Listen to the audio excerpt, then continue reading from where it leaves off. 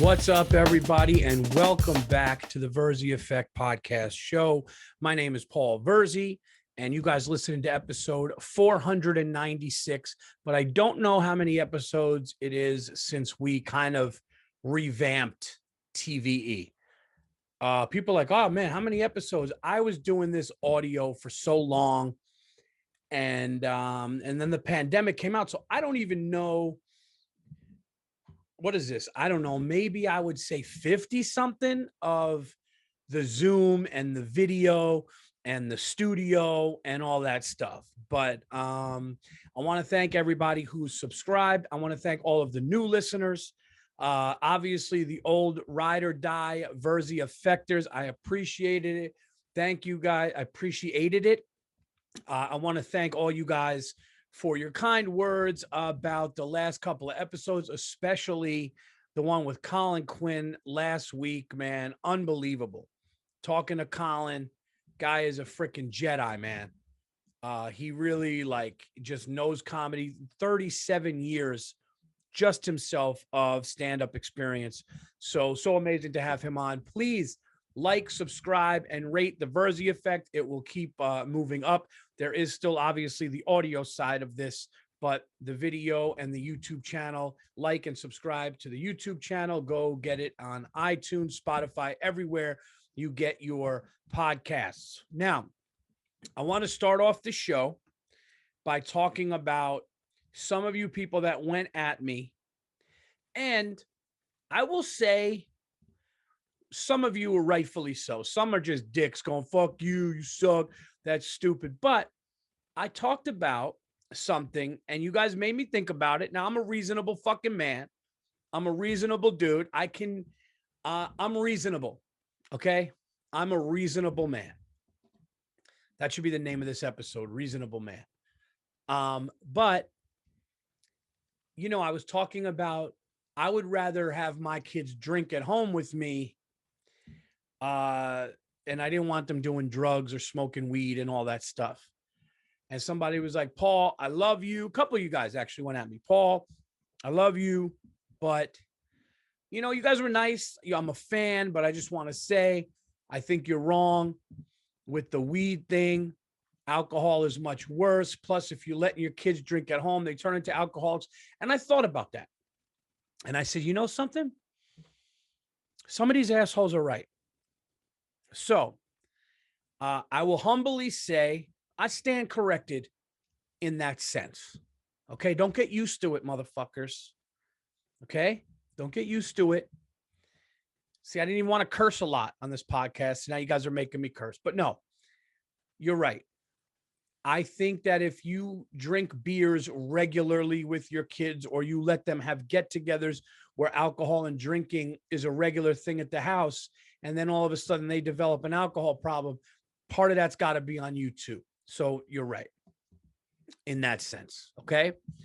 Number two, I'm not fully against smoking weed if it's done right. Okay. But I had friends and have friends who smoke so much, and to say that it's not affecting them cognitively is wrong. Okay. So yes, it might be safer. Obviously doesn't do to your insides and liver what alcohol does. So you guys are right on that. I stand corrected. Not that I didn't think it, but I was being way more lenient with alcohol than I was with taking shrooms and smoking weed. So in that sense, I will say that. But I know if you're smoking weed every day, because I got some friends that are walking around like some dopey, dumb assholes. Okay. I'm not trying to be rude, but that burnt out shit, like, hey man, that shit is real. So I'm a type of guy too, and I did drugs scared. If there was a big drug out there and I ever even wanted to try it, I would always do like a little bit, a tiny bit. I didn't want to change my whole psyche, my whole mind. I didn't want to do that. Drinking, I really didn't even know. I would just start throwing some stuff down. So anyway, I did want to start the show off by saying that, you know what, you're right. I think everything in moderation and talking to your kids is probably the way to go. So there you have it, guys. All right. I mean, some of you guys went hard. I mean, some of you guys were like, Paul, what the fuck, man? I'm a fan. One guy's like, I saw you out at a club and you killed, but geez, this is so bad and horrible. I'm like, all right, dude.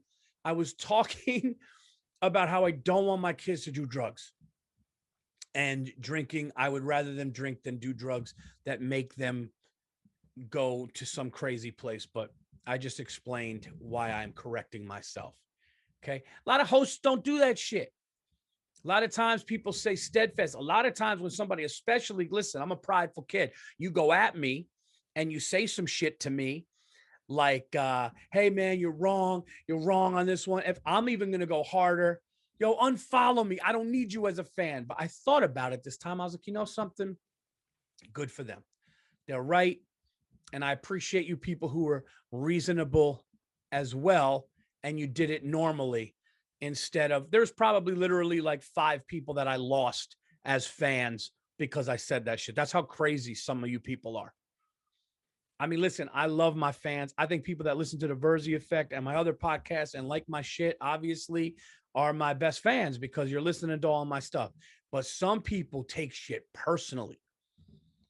I could be on here and I could say something like, you know, I don't like this area of Brooklyn. And somebody be like, I'm from that area, my fan. I'm never buying another ticket here. It's like, holy shit, man, relax. Relax. I hope everybody had a good weekend. I had a great weekend. I spent the weekend off stage. I got a bunch of shows coming up this week, starting Thursday all the way through Sunday. I'm doing 7 shows in Tampa, Florida at Side Splitters this week. Get your tickets. I'm bringing Joe Bartnick with. It's going to be nuts. It's going to be a great time. Bringing the new hour. I have a deal that I cannot talk about here, but I do have a deal for my new special, which we are putting together where and when, literally this week and next week. We should have that locked down. So a lot of cool stuff is going on. But I took the weekend off before this, traveling to Florida to hang with my kids. Went to the arcade with my son. I got to tell you something. Going to an arcade with your son or daughter, it's just the shit. It's, you know, playing the zombie games, the basketball, and I get addicted to the basketball. I got to always beat the high scores and stuff. But here's my unacceptable for the week. And tell me if you guys agree. Okay, maybe not so much at like Dave and Buster's, but Dave and Buster's could step it up too. Can they like up the prizes when you get tickets at these shitty places? You know what I mean? Like you go, you spend $50, you get like 100 credits, you slide the card in, you're playing the basketball, you're playing this game, you're playing games, you try to get all these tickets, and then you go in there and let's just say you got like 2,700 tickets. It's like candy, airheads, some shitty Nerf gun. Then it's just like weak, shitty, like flimsy frisbees and shit and foam swords and stuffed animals. It's like, can they up that a little bit? You know, can we get some fucking like video games, credits to video games? How about some gift cards to the mall? Like, can we do something where like you're going and you're having a good time and you're spending money and it's not some flimsy fucking foam thing that my dog is going to chew up in a second when you get home? It really is unacceptable. I should have taken a picture of this place. It was like all the money that you put into those video games, not even worth, like nothing you get is worth it. And they know how to take advantage because these kids just want, you know, Tootsie Rolls and Airheads and whatever shitty, disgusting candy that they put in bags. They go, it's 30 credits to get an Airhead. And it's like, how is it that that's a fucking 50 cents? So we had this great time. And I love being there, by the way. Love being there with my son, playing air hockey, you know, and my son is getting to the age. My son's 11. He's about to be 12. My son's getting to the age where like he could legit beat me in things. We got a new basketball hoop outside. Beat me in horse the other day, and I could shoot. And I'm going, oh shit. And this is where I knew my age came into play because we're playing one-on-one. And I was like, all right, I'm not going to let him score here. I'm going to block him. And he did this move, and my right leg stepped, and I just felt the top of my right knee, like, I don't know, strain, swell, whatever it was. And I mean, I just stepped, and I was going, oh, okay. That's why professional players retire when they do. Even in our dumb minds, we're like, no, he had fucking 30 the other day. And it's like, yeah, he's in agony and his knees are killing him. Rest his soul. But Kobe Bryant walked the perfect time. 38 years old. He put up 60 in his last game, but I'm sure his legs and back, it was time. The mind knows you can do it. The body doesn't allow it. That's what happens. Even as a father, playing in the backyard, playing in the driveway with your son, my knee just was like, I was like, what just happened?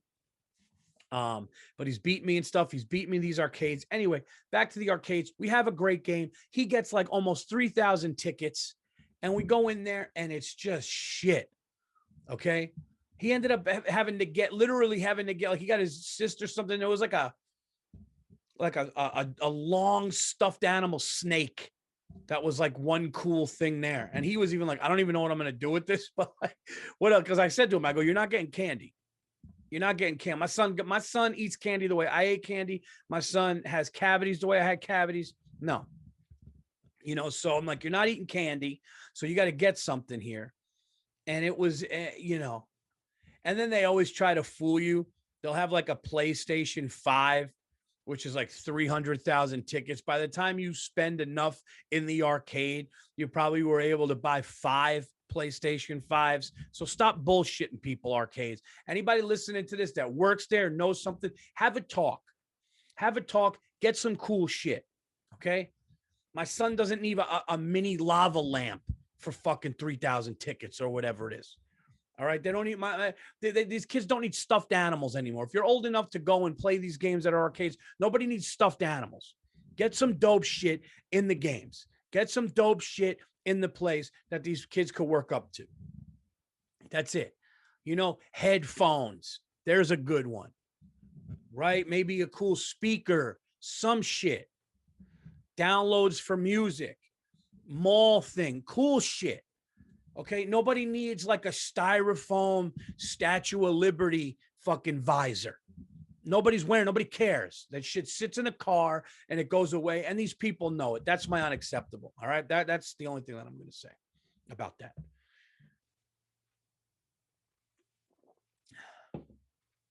I know what you're asking yourself right now. I wonder if Paul is one of those competitive dads who wants to win, takes the games a little seriously, and sweats when he's playing basketball or throwing the football in the arcade, or does he just smile and have a good time? It's both. I smile and have a good time, but then I will sit at the basketball thing and beat every record that's in there. I will watch, I will stalk it. I will see, okay, somebody got 166. I'll be here all night till I get 167. It's who I am when I go to those places. All right.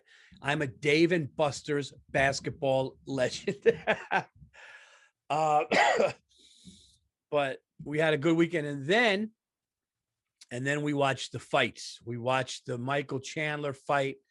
I thought he was going to win that UFC fight, man. In the first round, he got me hyped up.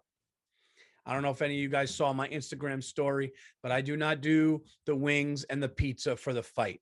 Here's what I do. All right. I do oysters. I do shrimp. Okay. I'll do cheese and crackers. We got bourbons out. We got wines out. We got beers if you want. We got the spiked seltzers if you want. We got all kinds of different IPAs, Coronas. Like, I just have an array of shit, but I don't want to do the typical wings, jalapeno poppers, all the fried shit. Go big. I'm going to do a fucking king crab leg night on one of these fights coming up. It was incredible. Yeah, it was just a really good weekend to just chill and, yeah, man, just hang with the family before the debauchery that takes place in Florida. Cause I'm going to Florida and I'm going to see that, bleached blonde hair, trashy looking tan, flip-flops with sand on your feet when you go into a convenience store. I'm coming to the Florida shit show ready to go. And I'm bringing Joe Bartnick with me. It's going to be debauchery in there. So get your tickets and go out to that show at Side Splitters. The tickets are available. Stand-up comedy is opening up. I was thinking about something that I wanted to talk about on this show. Okay. This is kind of a serious story. It could be an inspiring story. It's definitely not a sad story, but I don't know if it's funny, but I think if you guys like some of the other shit that I've talked about, I think you might like this story. Okay. And if you don't, I don't know what to tell you. There's a lot of other podcasts you could go and listen to.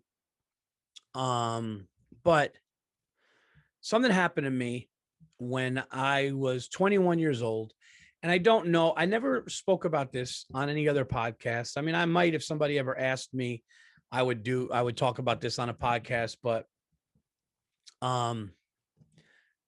it's basically about like making the most of your moment, making the most of what you do.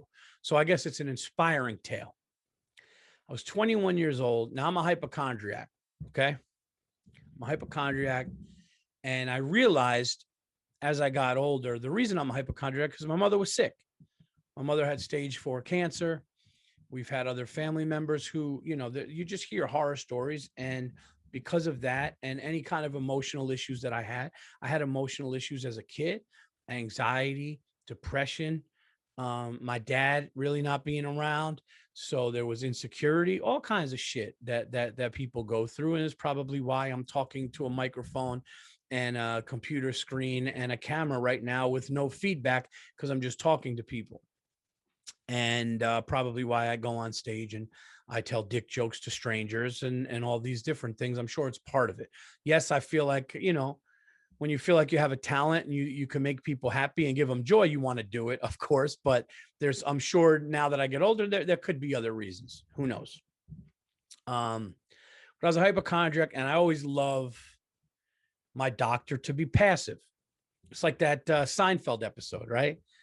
Where he goes, cancer, what do you, no, get out of here. Like, when George Costanza, like, yeah, you don't want any kind of, you want your doctor to go, you should be fine. You should be fine. So I'm 21 years old and I had dropped out of college and I was back home. I had a breakdown at college, substance abuse. So I was going to like the local community college. I was getting my shit together, both physically, mentally, and all that stuff. And I was working and I was just, staying I went back to my home that I was in school and shit. And I had this pain. I had this pain on my right side by my appendix. And it was a very weird, dull, fucking weird pain. And I had it for like a couple of days, like leading up, maybe even a couple of weeks. And I kind of ignored it. And then finally I was like, something's wrong. So I said to my mom, I said, I'm going to go to the doctor tomorrow and just see.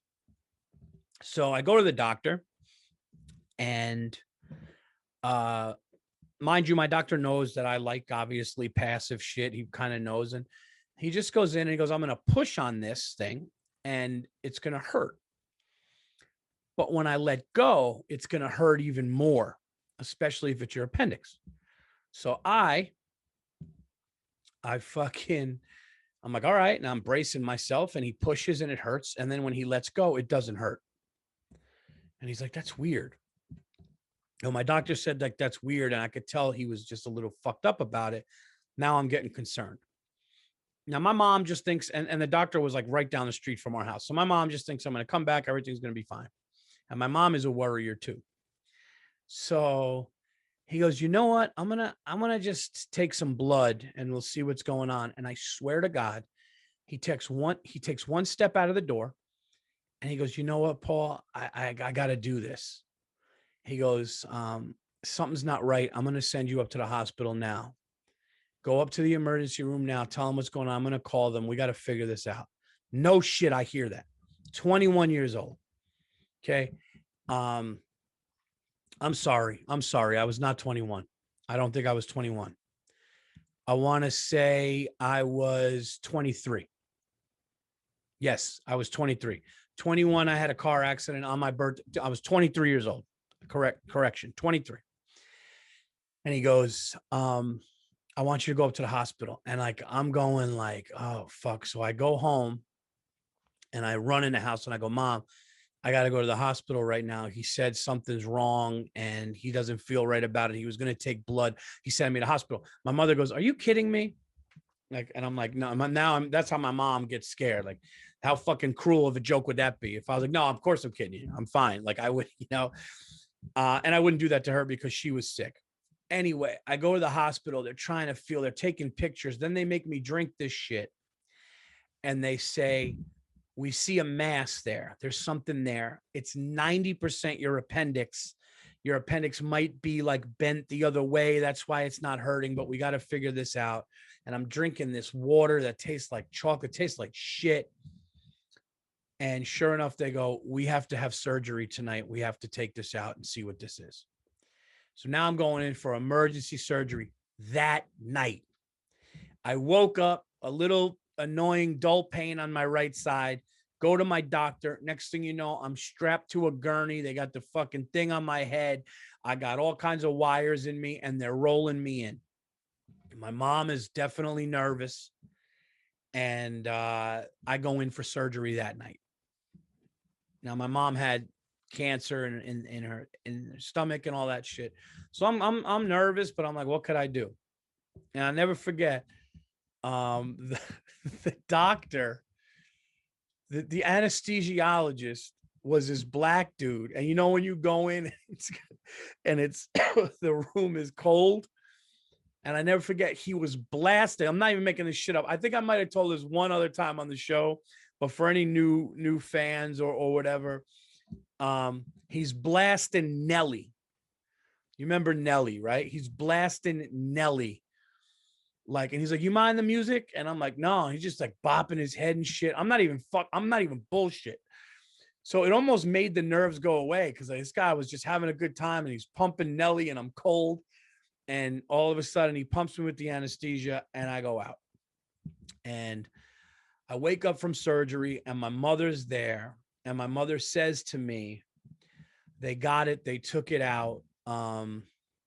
There was something there. They took it out. And, they don't know what it is, but they're going to test it. And I saw my mother was concerned and I came out of it like that. And that was kind of fucked up.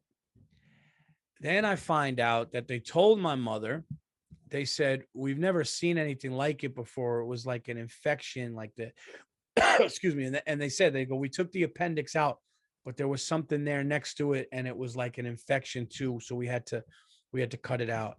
And my mom got real pale, my brother said, because when my mom was sick with cancer, they had told her the same thing. And now they tell her like, we don't ever seen anything like this before. So they sew me up and now I'm laying in the hospital for 4 days while they got to do biopsies and they got to find out what it is. They got to find out if it's cancerous. They got to find out all the shit.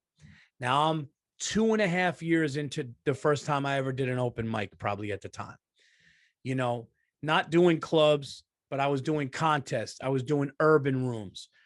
Friends would put me up at their rooms. I was doing bringer shows where I had to but I started I was a couple years in to know, wow, maybe I can do this. And comedy at the time was a decision that I made in my life that I was going to do.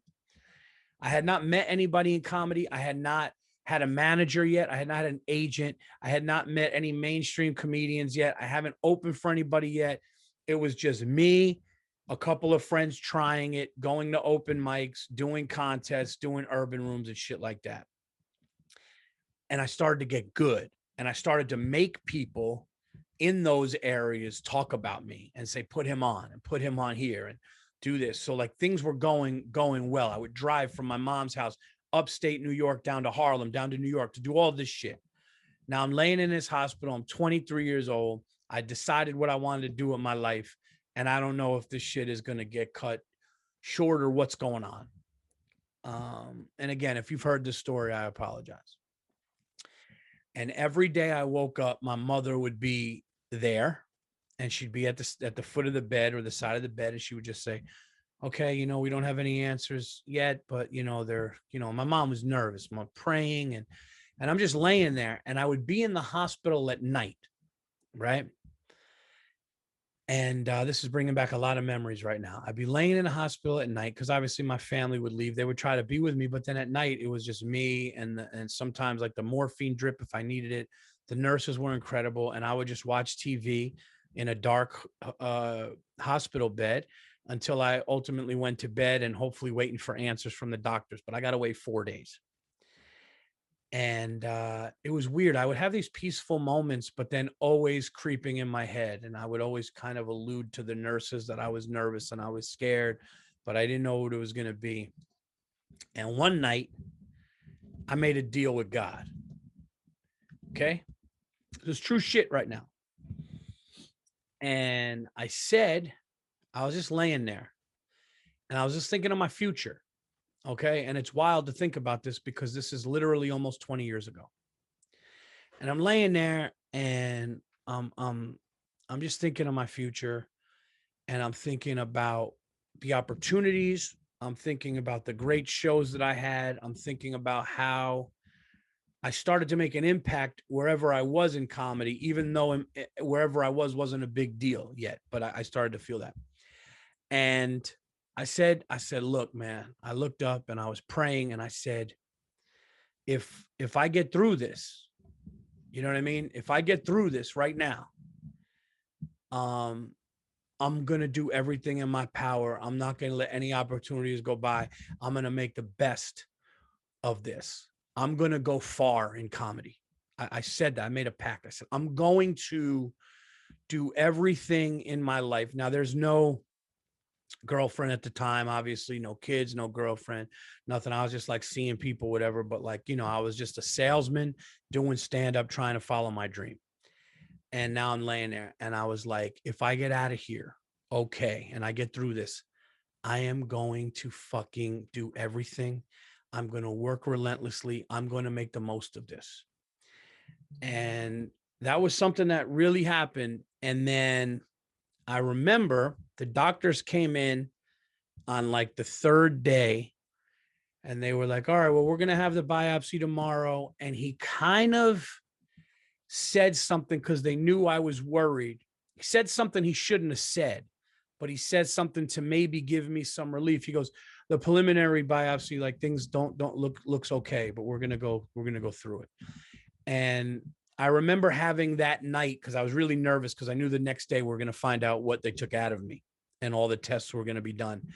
And I remember that night I felt a little better because he said that, but I still needed to get the thing.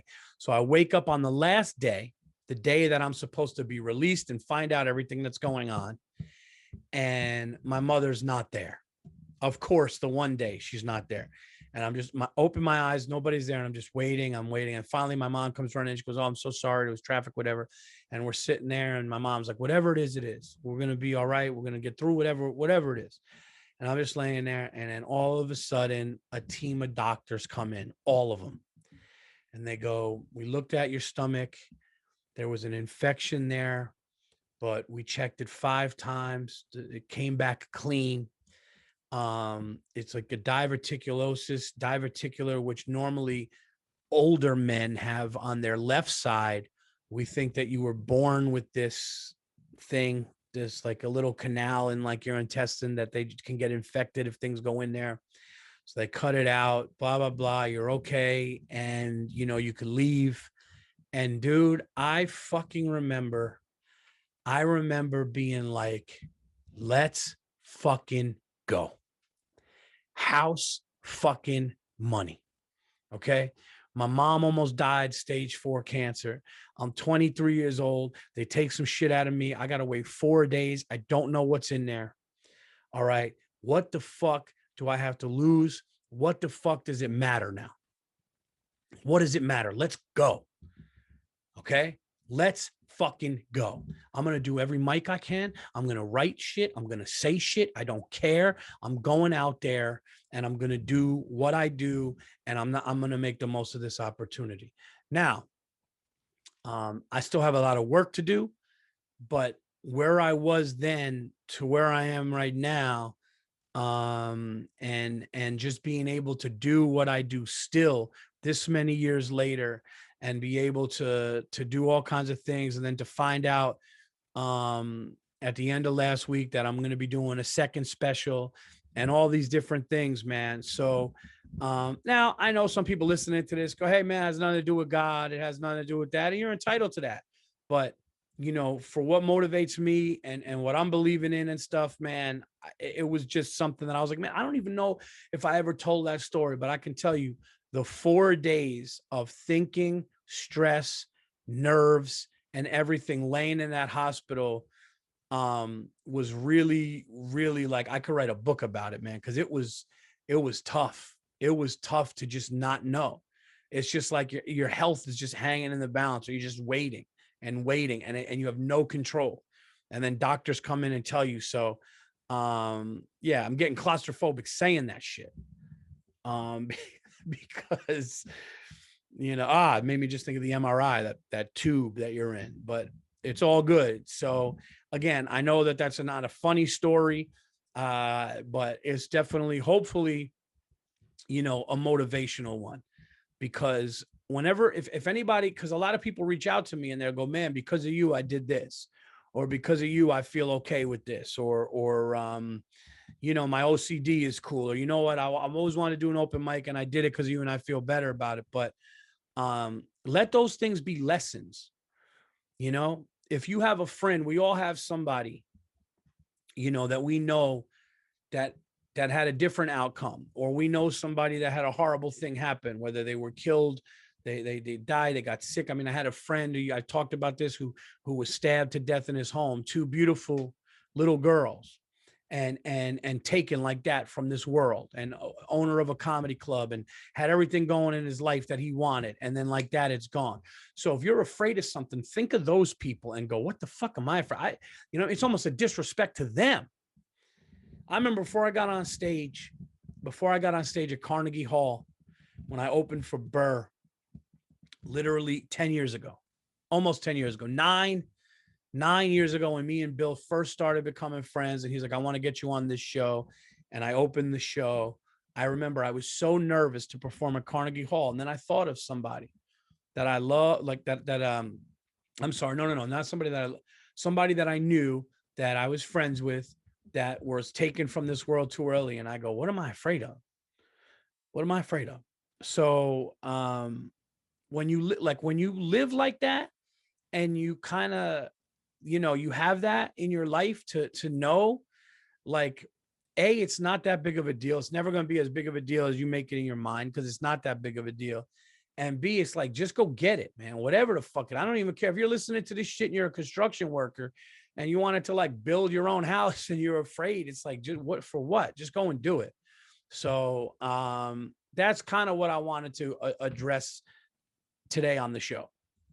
I just wanted to talk about how really, if you're healthy and your mind and body are able, then what are you worried about? You know, all that fear, it's all bullshit. It's just fear. It just doesn't mean anything. You know, like, what's the worst that's going to happen? You know, it's okay. So somebody's not going to like you. Somebody's not going to be happy. You're going to have a bad night. You're going to, okay. Then you go home and you put your fucking feet up and you're with your people you love. Fuck everybody. Nobody matters. This shit don't matter. Nobody matters. It's all bullshit. So what are you waiting on? What are you waiting on? If you're listening to this podcast right now and you want to do something, what are you waiting on? Are you waiting to be fucking 57 years old, sitting at home, getting an old look on your face, going, oh shit, like I'm on the back end of this shit and I kind of didn't do anything? Fuck that. Fuck that. So there you go. I just wanted to leave that there and talk about stuff like that, because I think not enough people understand that, and not enough people live by that, because everything is instant gratification. Everything is now, got to do this now. Nobody stop and listens to like their thoughts and what they should do and what they want to do and all those things. Now be realistic too. Don't be like, oh, if you're fucking 35 years old right now, be like, oh, I'm gonna be an astronaut. I mean, that's gonna be, hey, I mean, you could be an astronaut, but I'm talking like maybe thinking that Key and Peele, that Key and Peele sketch. I could fly, yo, kids, anything is possible. They were mocking Kevin Garnett after he won a title with the Celtics, and Jordan Peele's going, kids, anything is possible. You can fly. He goes, you can fly. And the announcer's like, well, yeah, I mean, I know you're just meaning that as a, no, literally, go to the top of the building and jump if you want, you can fly. But you guys know what I'm saying. You guys know what I'm saying. And yeah. So there you go. Take what you want. I know I'm going to get a YouTube message. I'm going to have my producer screen the YouTube messages. It's going like, yeah, Paul, I don't need your inspiration shit. Why don't you just be funny and shit? Okay. I don't come to the podcast to listen to you in the hospital when you were 23 years old. Okay. My mother was sick too. By the way, rest in peace to Charles Grodin.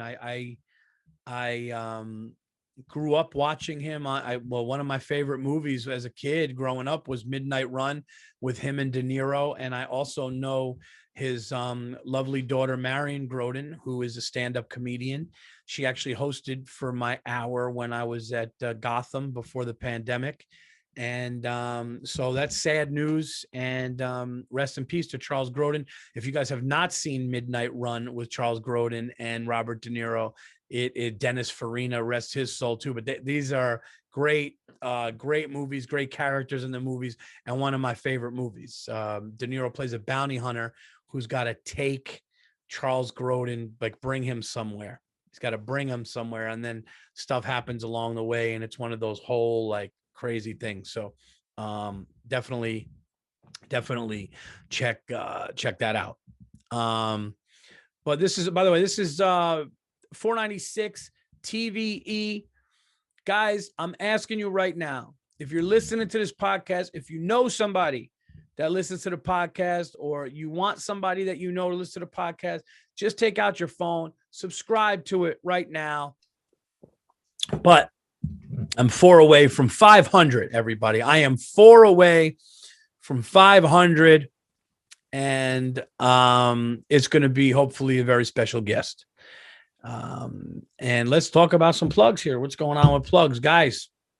Not just Tampa, Florida Side Splitters this week, this Thursday, May 20th through the 23rd, but June 11th and 12th, I'll be at the Vulcan Gas Company, Austin, Texas, doing shows out there, doing my hour. Vulcan Gas Company, Austin, Texas. Check that out, June 11th and 12th. And June 25th and 26th, I'll be at Wise Guys Comedy Club in Salt Lake City, Utah, one of my favorite clubs. Love the place. Love the stage and room. The people were amazing. One of my favorite places. You can get tickets to all of these shows. You can get tickets to all of these shows at paulvirzi.com. And if there's a guest you'd like me to have on, I don't know why, for some reason, the numbers do better video when I'm alone. It's the weirdest thing.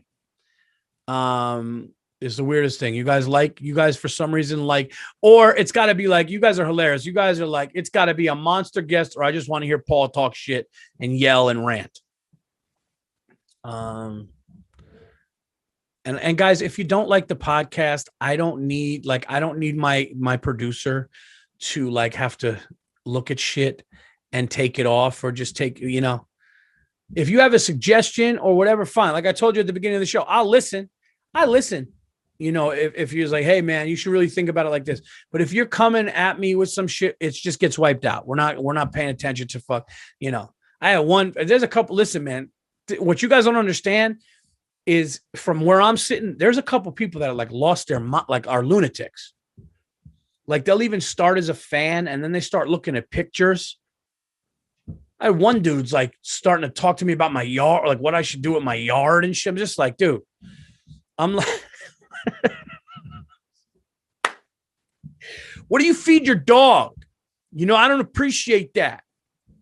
But yeah. And guys, subscribe and like Anything Better. Me and the podcast with Bill Burr is going fantastic. We just did episode 16. That has its own YouTube channel, Anything Better. Subscribe, like, all that stuff. And yeah, if you guys like the shit talking with not just sports, but we go at each other, we have a good time. It's a fun podcast. We go at each other in such a fun way because we're such good friends. And yeah, there you go. So I hope to see you guys in Salt Lake City, Utah. I hope to see you guys in Austin, and definitely this weekend in Tampa, Florida. Let's go have a good time. Let's smoke some sticks. All right, let's fucking eat some alligator nuggets. I'm not eating alligator nuggets. They're disgusting and they don't taste like chicken. They taste like reptile, like I've said before. You can check me out. I'm going to be on the Mike Calta show out there at the end of this week. So check me out if you're in that area on the Mike Calta show. Shout out to Mike Calta.